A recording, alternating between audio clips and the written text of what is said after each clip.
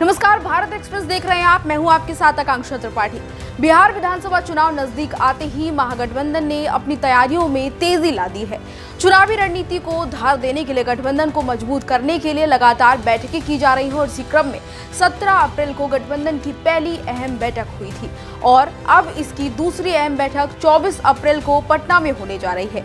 ये बैठक कांग्रेस के मुख्यालय पर होगी और यहाँ पर कई तरह की योजनाएं बनाई जाएंगी, जिसमें महागठबंधन के सभी 6 घटक दलों के प्रमुख नेता हिस्सा लेंगे। बैठक में राष्ट्रीय जनता दल यानी आरजेडी के नेता और बिहार विधानसभा में नेता प्रतिपक्ष तेजस्वी यादव, कांग्रेस के बिहार प्रभारी कृष्ण, इसके साथ ही प्रदेश अध्यक्ष राजेश राम, वामपंथी दलों के प्रतिनिधि और विकासशील इंसान पार्टी यानी बीआईपी के संरक्षक मुकेश सहनी भी मौजूद रहेंगे। इसके साथ ही अन्य घटक दल के नेता भी यहां पर उपस्थित रहने वाले हैं। ये बैठक गठबंधन की औपचारिक बातचीत का हिस्सा माना जा रही है और इसके साथ ही क्योंकि इसमें जो सीटें हैं उनके बंटवारों को लेकर चर्चा होगी, साथ ही साथ चुनावी रणनीति को लेकर खुलकर चर्चा होने की उम्मीद जताई जा रही है। सीट बंटवारे को लेकर सहमति बनेगी। महागठबंधन के लिए सबसे बड़ी चुनौती सीट शेयरिंग को लेकर ही है और 17 अप्रैल को हुई बैठक में इस मुद्दे पर कोई ठोस निर्णय नहीं लिया जा सका था।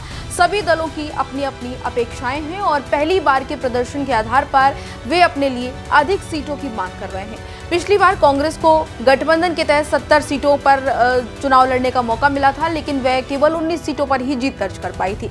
इस बार आरजेडी और अन्य दलों के प्रदर्शन को ध्यान में रखते हुए जो सीट है उसके शेयरिंग को लेकर बदलाव देखते हुए मिलेंगे। कई तरह के बदलाव किए जाएंगे क्योंकि जिस तरीके से जिसका प्रदर्शन रहेगा या फिर जो जितनी सीट लाने में जहां जिस क्षेत्र में कामयाब है उस हिसाब से सीटों का बंटवारा इस बार देखने को मिलेगा। महागठबंधन ने फिलहाल अगर देखा जाए तो आरजेडी, कांग्रेस, वामपंथी दल, इसके साथ ही विकासशील इंसान पार्टी यानी बीआईपी और साथ ही साथ पशुपति पारस की पार्टी समेत कुछ 6 पार्टियां हैं, जो 6 दल जो हैं वो इसमें शामिल हैं।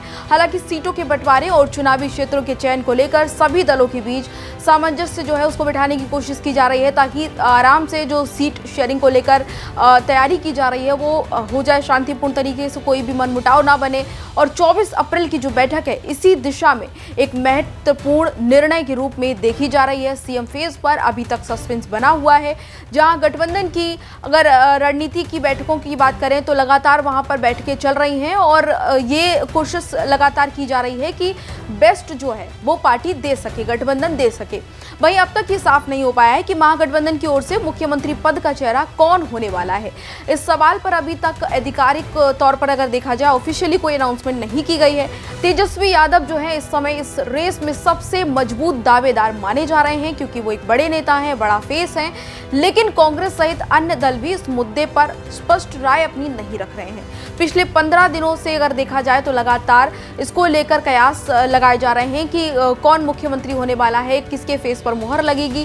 कांग्रेस की तरफ से भी कुछ नहीं कहा जा रहा है। पिछले 15 दिनों में 15 अप्रैल को जो है तेजस्वी यादव की राहुल गांधी से और कांग्रेस अध्यक्ष मल्लिकार्जुन खड़गे से मुलाकात हुई थी, बैठक हुई थी। इस बैठक के बाद जब तेजस्वी से मुख्यमंत्री चेहरे को लेकर सवाल किया गया तो उन्होंने कहा था कि हम लोग आपस में बैठकर तय कर लेंगे और इससे कहीं ना कहीं ये साफ है कि महागठबंधन फिलहाल सामूहिक नेतृत्व की रणनीति पर चल रहा है। लेकिन कई सवाल इस बीच उठते रहे हैं, कई तरह की बातें इस बीच आती रही हैं। कहा जा रहा है कि विपक्ष की तरफ से कई तरह के आरोप लग रहे हैं, साथ ही साथ सत्ता पक्ष की तरफ से भी आरोप लग रहे हैं। कहा जा रहा है कि गठबंधन में कहीं ना कहीं जो मतभेद है वो देखने को मिल रहा है। लेकिन जिस तरीके से पूरी प्लानिंग की जा रही है, जिस तरीके से पूरी रणनीति बनाई जा रही है वो अभी फिलहाल देखने वाली बात है क्योंकि अभी हाल ही के दिनों में इलेक्शन होने हैं और इलेक्शन से पहले तमाम जो पार्टियां हैं वो एक्टिव मोड में नजर आ रही हैं। कोई भी बड़ा फैसला सभी दलों की सहमति से ही लिया जाएगा। जिस तरीके से बैठकों का दौर चल रहा है उसको देखकर यही लग रहा है और चुनावी तैयारियों के साथ साथ आपसी तालमेल पर भी जोर दिया जा रहा है क्योंकि महागठबंधन न केवल सीट बंटवारे को लेकर सक्रिय है बल्कि जो मतदाता हैं उनको किस तरीके से एकजुट करना है, किस तरीके से समाज को और राजनीति को एकदम सेंटर में रखना है और समीकरण को भी साधना है। तो ये तमाम जो चीज़ें इन सभी को ध्यान में रखते हुए गठबंधन लगातार कोशिश कर रहा है क्योंकि गठबंधन ये बिल्कुल नहीं चाहता कि बीजेपी इस बार सत्ता में आए। बिहार की जो राजनीति है जातीय संतुलित राजनीति है, इसके साथ ही क्षेत्रीय प्रभाव भी काफ़ी ज़्यादा बिहार की राजनीति पर पड़ता है और लोगों पर किस तरीके का प्रभाव पड़ता है, क्या समीकरण रहने वाले हैं, उन तमाम चीज़ों को ध्यान में रखते हुए पार्टियां अपनी अपनी कोशिशों में लगी हुई हैं।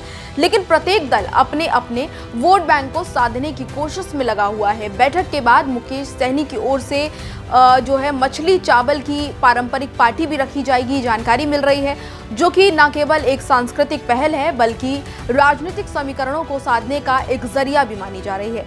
इस आयोजन से ये संदेश देने की कोशिश की जा रही है कि गठबंधन दल एकजुट है और उनके बीच तालमेल अच्छा है। कुल मिलाकर 24 अप्रैल की बैठक महागठबंधन के लिए बहुत ज़्यादा महत्वपूर्ण मानी जा रही है और इस बैठक में, इस मीटिंग में अगर सीट शेयरिंग और सीएम फेस जैसे महत्वपूर्ण मुद्दों पर सहमति बनती है तो ये गठबंधन को और ज़्यादा मजबूती देगा और जनता के सामने एक साफ तौर पर मैसेज भी पेश करेगा और लोगों के लिए भी फायदेमंद होगा, क्योंकि जिस तरीके से चुनाव को लेकर समय कम रह गया है, ऐसे में ये मीटिंग्स का जो दौर है वो लोगों के लिए भी कहीं ना कहीं एक संदेश दे रहा है कि किस पार्टी की ओर वो जाएं, क्योंकि इस तरीके से जब पार्टियां आपस में लड़ती भिड़ती नजर आती हैं तो मुश्किल जनता के लिए भी हो जाती है।